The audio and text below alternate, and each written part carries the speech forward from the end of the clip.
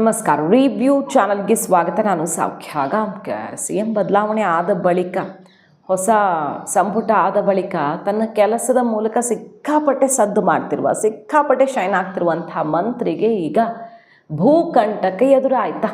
DK Shivakumar ಅವರು CM ಆಗಿ ಸಂಪುಟ ಹೊಸದು ಬಂದ ಮೇಲೆ ತನ್ನ ಕೆಲಸದ ಮೂಲಕ ಸಿಕ್ಕಾಪಟ್ಟೆ ಶೈನ್ ಆಗ್ತಿರುವಂತಹ, ಸದ್ದು ಮಾಡ್ತಿರುವಂತಹ, ಕಾಂಗ್ರೆಸ್ಸಿಗರ ಕಣ್ಣೇ ಕುಕ್ಕುವಂತೆ ಸೌಂಡ್ ಮಾಡ್ತಿರುವಂಥ ಮಂತ್ರಿಗೀಗ ಭೂಕಂಟಕ ಎದುರಾಯ್ತಲ್ಲ. 100 ಕೋಟಿ ಅಕ್ರಮ ಎಸಗಿದ್ದಾರ. ಬಾಯಲ್ಲಿ ಮಾತಾಡೋದು ಅನ್ಯಾಯ, ಮಾಡಿರೋದು ಅನ್ಯಾಯನ? ಏನಿದು ಹಾಗಾದರೆ? ಬಹಳ ಗಂಭೀರವಾದಂಥ ಆರೋಪ. ಇನ್ವೆಸ್ಟಿಗೇಷನ್ ನಡೆಯುತ್ತಾ? ಈ ಮಂತ್ರಿ ಕುರ್ಚಿಯಿಂದ ಕೆಳಗಿಳಿಬೇಕು ಅನ್ನೋ ಮಟ್ಟಿಗೆ ಆಗ್ರಹ ಕೇಳಿ ಬರ್ತಿದೆ. ಈಗ ಡೀಟೇಲ್ಸ್ ಇರ್ತಾ ಹೋಗ್ತೀವಿ. ಮಿಸ್ ಮಾಡಿದ್ರೆ ನಮ್ಮ ಚಾನಲ್ನ ಸಬ್ಸ್ಕ್ರೈಬ್ ಮಾಡಿ, ನಿಮ್ಮ ಅಭಿಪ್ರಾಯ ಕಮೆಂಟ್ ಮಾಡಿ ತಿಳಿಸಿ. ಎಸ್ ವೀಕ್ಷಕರೇ, ನೀವೆಲ್ಲ ಗಮನಿಸ್ತಿದ್ದೀರಿ, ಈ ಸರ್ಕಾರ ಅಂದರೆ ಹೊಸ ಮುಖ್ಯಮಂತ್ರಿಯೊಂದಿಗೆ ಅಖಾಡಕ್ಕಿಳಿದ ಮೇಲೆ, ಫ್ರೆಶ್ ಆಗಿ ಕೆಲಸ ಶುರು ಮಾಡಿದ್ಮೇಲೆ ಹೆಚ್ಚು ಸದ್ದು ಮಾಡ್ತಿರೋದು ಬೆಂಗಳೂರಲ್ಲಿ, ಸೌಂಡ್ ಮಾಡ್ತಿರೋದು ಅದರಲ್ಲೂ ಕೃಷ್ಣ ಬೈರೇಗೌಡರು. ಫುಟ್ಪಾತ್ ವ್ಯಾಪಾರಿಗಳ ತೆರವು, ಎಷ್ಟೋ ಜನ, 100 ಜನ ಪ್ರಾಣ ಕಳ್ಕೊಂಡಿದ್ದಾರೆ. ಅದಕ್ಕೆಲ್ಲ ಬೆಲೆ ಇಲ್ವಾ? ಇದು ಮುಂದುವರಿಬೇಕಾ? ಬಡವರಿಗೆ ಅನ್ಯಾಯ ಆಗಬೇಕು ಅಂತ ನಾವು ಬಯಸಲ್ಲ, ಆದರೆ ಈ ರೀತಿ ಒಂದು ಅಂದಾಗೆಡ್ಸತ್ತೆ. ಅದಕ್ಕಿಂತ ಹೆಚ್ಚಾಗಿ ಜೀವಾಪಾಯವನ್ನು ತಂದಿಟ್ಟಿದೆ ಈ ಫುಟ್ಪಾತ್ ಮೇಲೆ ಅಂಗಡಿ. ಕ್ಲಿಯರ್ ಮಾಡಿಬಿಟ್ಟಿದ್ದಾರೆ, ಎಲ್ಲ ಕಿತ್ತು ಹಾಕಿಬಿಟ್ಟಿದ್ದಾರೆ. ಕಾರ್ಯಾಚರಣೆ ನಡೀತಾನೇ ಇದೆ. ಬಹಳ ದೊಡ್ಡ ಆಕ್ರೋಶ. ಕೃಷ್ಣ ಬೈರೇಗೌಡರ ವಿರುದ್ಧ ದೊಡ್ಡ ಮಟ್ಟದ ಹೋರಾಟಕ್ಕೆ ಬೀದಿ ಬದಿ ವ್ಯಾಪಾರಿಗಳು ರೆಡಿ ಮಾಡ್ಕೊಂಡಿದ್ದಾರೆ. ಈ ಹೊತ್ತಲ್ಲಿ ನೋಡಿ, ಭೂ ಅಕ್ರಮದ ಕಂಟಕ. DK ಶಿವಕುಮಾರ್ ಅವ್ರಿಗೆ ಸೆಡ್ ಹೊಡೆಯೋ ರೀತಿ ಮುನ್ನುಗ್ತಿರುವಂತಹ ಕೃಷ್ಣ ಬೈರೇಗೌಡರಿಗೆ, DK ಶಿವಕುಮಾರ್ ಅವ್ರ ವಿರುದ್ಧ ಹೈಕಮಾಂಡ್ ಮುಂದೆಯೇ ಗುಡುಗಿ ಅಬ್ಬರಿಸಿ ಬಂದಂತಹ ಕೃಷ್ಣ ಬೈರೇಗೌಡರಿಗೆ ಅದು ಹೆಂಗೆ ಸ್ಪ್ಲಿಟ್ ಮಾಡಿದ್ರಿ? ಇಷ್ಟು ದಿನ ಇದ್ದಿದ್ದ ಖಾತೆ ಈಗ ಹೆಂಗೆ ಸ್ಪ್ಲಿಟ್ ಆಯಿತು ಅಂತ ಸಿಡಿದು ತನಗೆ ಈ ಖಾತೆನೇ ಬೇಡ ಅಂತ ಕೂತಿದ್ರು. ಕಡೆಗೆ ಒತ್ತಾಯಪೂರ್ವಕವಾಗಿ ಒಪ್ಪಿಕೊಳ್ತಿದ್ದಂಗೆ ಹಿಂದೆ ಈ ಇಲಾಖೆ ನಿಭಾಯಿಸಿದ DK ಶಿವಕುಮಾರ್ ಅವರ ಫೇಲ್ಯೂರ್ ಇದು ಅನ್ನೋ ರೀತಿಯಲ್ಲಿ ಬೆಂಗಳೂರು ಹಾಳಾಗಿ ಹೋಗಿದೆ ಅಂತ ಸಾಕ್ಷಿ ಇಟ್ಟು ಅಟ್ಯಾಕ್ ಮಾಡ್ತಿರೋ ಕೃಷ್ಣ ಬೈರೇಗೌಡರಿಗೆ ಈಗ ಕಂಟಕ ಎದುರಾಗಿದೆ. ಕಾಂಗ್ರೆಸ್ನವರೇ ತೆಗೆದ್ರು, BJP ಅವ್ರು ತೆಗೆದ್ರು, ಕಾಂಗ್ರೆಸ್ನವ್ರು ತೆಗೆದು BJP ಅವರು ಕೊಟ್ಟರು, ಅದಂತೂ ಗೊತ್ತಿಲ್ಲ. ಈಗ ನೋಡಿ, 100 ಕೋಟಿ ಮೌಲ್ಯದ 37 ಗುಂಟೆ ಜಮೀನನ್ನು ಕಬಳಿಸಲಾಗಿದೆ. ಅದು ಕೂಡ ನಿಮ್ಮ ಕೃಪಾ ಕಟಾಕ್ಷದಿಂದ. ನಿಮ್ಮ ಆಪ್ತ ಮಾಜಿ ಕಾರ್ಪೊರೇಟರ್ ಚೇತನ್ ಗೌಡ ಅವರು ರಾಷ್ಟ್ರಪತಿಗಳಿಗೆ ಸೇರಿದ, ರಾಷ್ಟ್ರಪತಿ ಆಗಿದ್ದಂಥ ಒಬ್ಬರು ಪ್ರಭಾವಿ ಅವರ ಜಮೀನು ಅಂತ ಹೇಳಲಾಗಿದೆ ಇದು. ಅದನ್ನು ಗುಳುಂ ಸ್ವಾಹ ಮಾಡಿದ್ದಾರೆ. 100 ಕೋಟಿ ಬೆಲೆ ಬಾಳುತ್ತೆ ಅದು, 100 ಕೋಟಿಗೂ ಹೆಚ್ಚು ಬೆಲೆ ಬಾಳುತ್ತೆ. ನಿಮ್ಮ ಆಪ್ತ ನಿಮ್ಮ ಅವಧಿಯಲ್ಲಿ, ನೀವು ಕಂದಾಯ ಸಚಿವರಾಗಿದ್ದಾಗಲೇ ಗುಳುಂ ಮಾಡಿದ್ದಾರೆ ಅಂತ ಹೇಳಲಾಗ್ತಿದೆ. ಈಗೇನು ಇನ್ವೆಸ್ಟಿಗೇಷನ್ ಮಾಡಿಸ್ತಿರೋ, ಇಲ್ಲವಾದಲ್ಲಿ ಈ ಲ್ಯಾಂಡ್ ಎನ್ಕ್ರೋಚ್ಮೆಂಟ್ ಹೊಣೆ ಹೊತ್ತು ರಾಜೀನಾಮೆ ಕೊಡ್ತಿರೋ ಅನ್ನೋ ತನಕ ಹೋಗಿದೆ ಇದು. ಸೊ ಕೃಷ್ಣ ಬೈರೇಗೌಡರ ಆಪ್ತನ ಹೆಸರಲ್ಲಿ ಈಗೇನು 100 ಕೋಟಿ ಬೆಲೆ ಬಾಳುವ ಭೂಮಿ ಇದೆ, ಇದು ಕೃಷ್ಣ ಬೈರೇಗೌಡರು ಕುತ್ತಿಗೆಗೆ ಸುತ್ತಕೊಳ್ಳತ್ತಾ? ಅದಕ್ಕೆ ಕೃಷ್ಣ ಬೈರೇಗೌಡರು ಉತ್ತರ ಕೊಟ್ಟಿದ್ದಾರೆ. ಅದೇನು ಮಾಡ್ತಿರೋ ಬನ್ನಿ, ನಾನು ಸಾಬೀತು ಮಾಡ್ತೀನಿ, ಇದು ನಮ್ಮ ಪರಂಪರಾಗತವಾಗಿ ಬಂದ ಭೂಮಿ ಅಂತನೋ, ಯಾರೋ ಹಿರಿಯರದ್ದು ಅಂತನೋ ಏನೋ ಸಮಜಾಯಿಷಿ ಕೊಟ್ಟಿದ್ದಾರೆ. ಲಾಸ್ಟ್ ಇಯರು ಅವ್ರಿಗೆ ಭೂಕಂಟಕ ಬಂದಿತ್ತು, ಸ್ವಪಕ್ಷೀಯರೇ ಮುಗಿಬಿದ್ದಿದ್ದು, ಅಲ್ಲಿ ಭೂಮಿ ಕಬಳಿಕೆ ಮತ್ತೊಂದು ಅಂತ ಕೃಷ್ಣ ಬೈರೇಗೌಡರ ವಿರುದ್ಧ ಮಿಸ್ಟರ್ ಕ್ಲೀನ್ ಅಂತ ಕರೆಸ್ಕೊಳ್ತಾರೆ. ಆದರೆ ಮಾಡೋದು ಮಾತ್ರ ಇಂಥ ಕೆಲಸ ಅನ್ನೋ ಆರೋಪಗಳು ಕೇಳಿ ಬಂದಿತ್ತು. ಕೃಷ್ಣ ಬೈರೇಗೌಡರು ಕೌಂಟರ್ ಕೊಟ್ಟಿದ್ರು.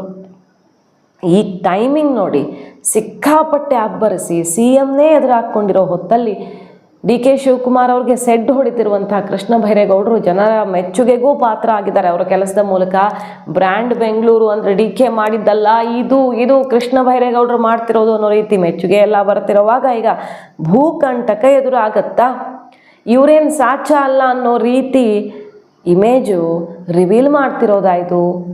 ಯಾರು ಅವರ ರಾಜಕೀಯ ಬದ್ಧ ವೈರಿಗಳು ಇದನ್ನು ಹಿಡ್ಕೊಂಡ್ರಾ, ಅಥವಾ ನಿಜವಾಗಿಯೂ ಬಹಳ ದೊಡ್ಡ ಮಟ್ಟದಲ್ಲಿ ಅಕ್ರಮ ಆಗಿ ಗಬ್ಬೆರ್ದು ನಾರ್ತಿದೆಯಾ? ಇನ್ವೆಸ್ಟಿಗೇಷನ್ ಮಾಡೋ ತನಕ ಇದನ್ನೆಲ್ಲ ತಗೊಂಡು ಹೋದರೆ ಗೊತ್ತಾಗತ್ತೆ. ಬೀದಿ ಬದಿ ವ್ಯಾಪಾರಿಗಳ ಅನೇಕ ಸಂಘಟನೆಗಳ ಜೊತೆಗೆ ಇಷ್ಟೊತ್ತು ನಾನು ಸಭೆ ಮಾಡಿದ್ದೇನೆ. ನಮ್ಮ ಕಾರ್ಯಾಚರಣೆ ಬೀದಿ ಬದಿ ವ್ಯಾಪಾರಿಗಳ ವಿರುದ್ಧ ಅಲ್ಲ. ನಾವು ಮಾಡ್ತಾ ಇರೋದು ಸುಪ್ರೀಂ ಕೋರ್ಟ್ನ ನಿರ್ದೇಶನದ ಹಿನ್ನೆಲೆಯಲ್ಲಿ ಫುಟ್ಪಾತ್ನಲ್ಲಿ ಇರುವಂಥ ಒತ್ತುವರಿಗಳನ್ನು ತೆರವು ಮಾಡುವಂಥ ಕೆಲಸ ನಾವು ಮಾಡ್ತಾ ಇದ್ದೇವೆ. ಇದರಲ್ಲಿ ಬೆಂಗಳೂರಲ್ಲಿ ಒಂದು 3 ವರ್ಷದಿಂದ 931 ಜನ ಪಾದಾಚಾರಿಗಳು ಆಕ್ಸಿಡೆಂಟಲ್ಲಿ ಸಾವನ್ನಪ್ಪಿದ್ದಾರೆ. ಅದನ್ನು ಹೊರತುಪಡಿಸಿ ಸುಮಾರು 3800 ಜನ ಸಿವಿಯರ್ ಇಂಜುರಿಗಳನ್ನು ಅನುಭವಿಸಿದ್ದಾರೆ.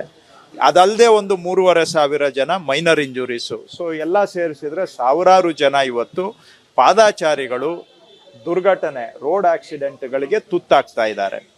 ಸುಪ್ರೀಂ ಕೋರ್ಟ್ ಇದನ್ನ ಗಮನಕ್ಕೆ ತಗೊಂಡು ಪಾದಾಚಾರಿಗಳಿಗೆ ಓಡಾಡುವಂತಹದ್ದು ಮೂಲಭೂತ ಹಕ್ಕು, ಅದನ್ನ ಸರ್ಕಾರ ಅವರಿಗೆ ಆ ಹಕ್ಕನ್ನ ಸಿಗುವ ಹಾಗೆ ಮಾಡಬೇಕಾದ್ರೆ ಪಾದಾಚಾರಿ ಮಾರ್ಗಗಳಲ್ಲಿರುವ ಎಲ್ಲ ಒತ್ತುವರಿಗಳನ್ನ ತೆರವು ಮಾಡಬೇಕು ಅಂತ ಹೇಳಿದ್ದಾರೆ. ಈ ಹಿನ್ನೆಲೆಯಲ್ಲಿ ನಾವು ಇಲ್ಲಿವರೆಗೂ ಮಾಡಿರೋ ಕಾರ್ಯಾಚರಣೆಯಲ್ಲಿ ಸುಮಾರು 1581 ಕಡೆ ಅವರು ಮೆಟ್ಲುಗಳು ಮಾಡ್ಕೊಂಡು ಬಂದಿದ್ದನ್ನ, ರ್ಯಾಂಪ್ ಮಾಡಿದ್ದನ್ನ ತೆರವು ಮಾಡಿದ್ದೇವೆ. ಅದಲ್ಲದೆ ಸುಮಾರು 1800 ಕಡೆ 1790 ಅಂಗಡಿ ಮುಂದ್ಗಡೆ ಶೀಟ್ಗಳು ಹಾಕೊಂಡು ರೋಡ್ ಮೇಲೆ ಪರ್ಮನೆಂಟ್ ಸ್ಟ್ರಕ್ಚರ್ ಮಾಡ್ಕೊಂಡಿದ್ದನ್ನ ತೆಗೆದಿದ್ದೇವೆ. ಅದಲ್ಲದೆ ಸುಮಾರು 2200 ಲೊಕೇಶನ್ನಲ್ಲಿ ಬೇರೆ ಬೇರೆ ರೀತಿಯ ಒತ್ತುವರಿಗಳನ್ನು ತೆರವು ಮಾಡಿದ್ದೇವೆ.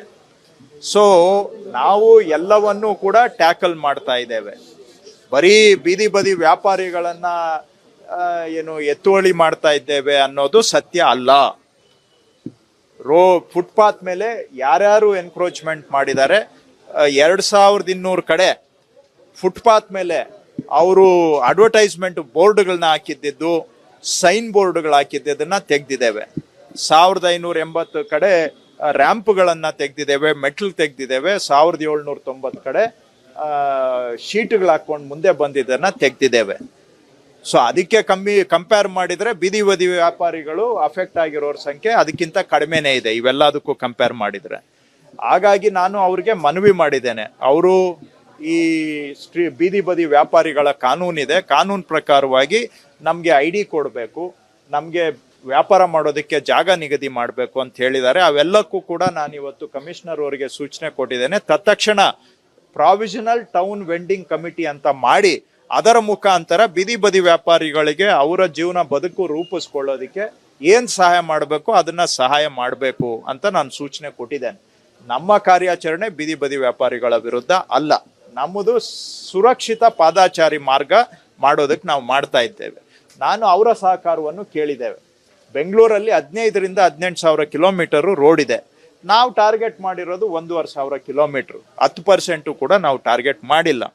ಅಲ್ಲಿ ನೀವೇ ಸ್ವಯಂ ಪ್ರೇರಣೆಯಿಂದ ಆ ಜಾಗಗಳನ್ನು, ಮೇನ್ ರೋಡ್ಗಳನ್ನು ಬಿಟ್ಕೊಟ್ಬಿಡಿ. ನೀವೇ ಇಂಟರ್ನಲ್ ರೋಡ್ಸ್ ಅಲ್ಲಿ ಹೋಗಿ ನಾವು ಕೂಡ GBA ವತಿಯಿಂದ ನಿಮ್ಮ ಜೊತೆಗೆ ನಿಂತ್ಕೊಂಡು ನಿಮಗೆ ಆಲ್ಟರ್ನೇಟ್ ಲೊಕೇಶನ್ ಅಲ್ಲಿ ನೀವು ಬದುಕು ರೂಪಿಸ್ಕೊಳ್ಳೋದಿಕ್ಕೆ ನಾವು ಸಹಾಯ ಮಾಡ್ತೀವಿ ಅನ್ನೋ ಮಾತನ್ನ ನಾನು ಅವ್ರಿಗೆ ರಿಕ್ವೆಸ್ಟ್ ಮಾಡಿದ್ದೇನೆ.